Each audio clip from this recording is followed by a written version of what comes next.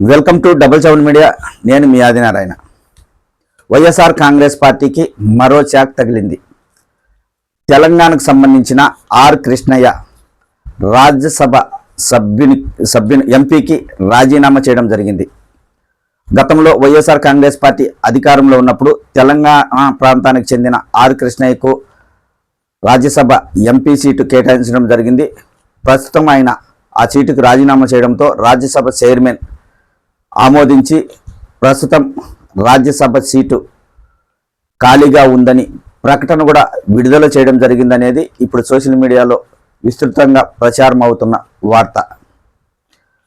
ఇప్పుడు వైఎస్ఆర్ కాంగ్రెస్ పార్టీకి గతంలో 11 మంది రాజ్యసభ సభ్యులు ఉన్నారు. ఇప్పటికే ముందుగా మోపిదేవి వెంకటరమణ, బీదా మస్తాన్ రావు రాజ్యసభ ఎంపీలుగా రాజీనామా చేయడం జరిగింది. ఇప్పుడు ఆర్ కృష్ణయ్య రాజీనామా చేయడంతో మొత్తం 3 సభ్యులు ఇప్పటికి వైఎస్ఆర్ కాంగ్రెస్ పార్టీకి రాజీనామా చేశారు.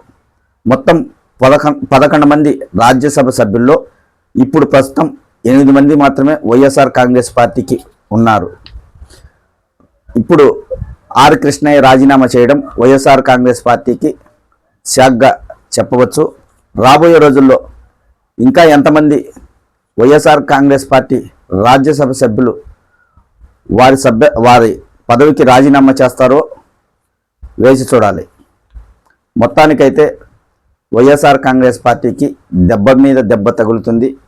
ఇప్పటికే పలువురు నాయకులు జనసేన పార్టీ, తెలుగుదేశం పార్టీలోకి వెళ్ళడానికి సిద్ధమయ్యారు.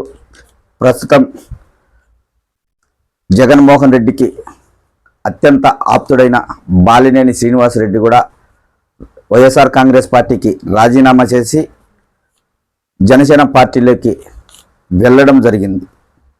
రాబోయే రోజుల్లో ఎంతమంది వైఎస్ఆర్ కాంగ్రెస్ పార్టీని వీడతారో వేసి చూడాలి.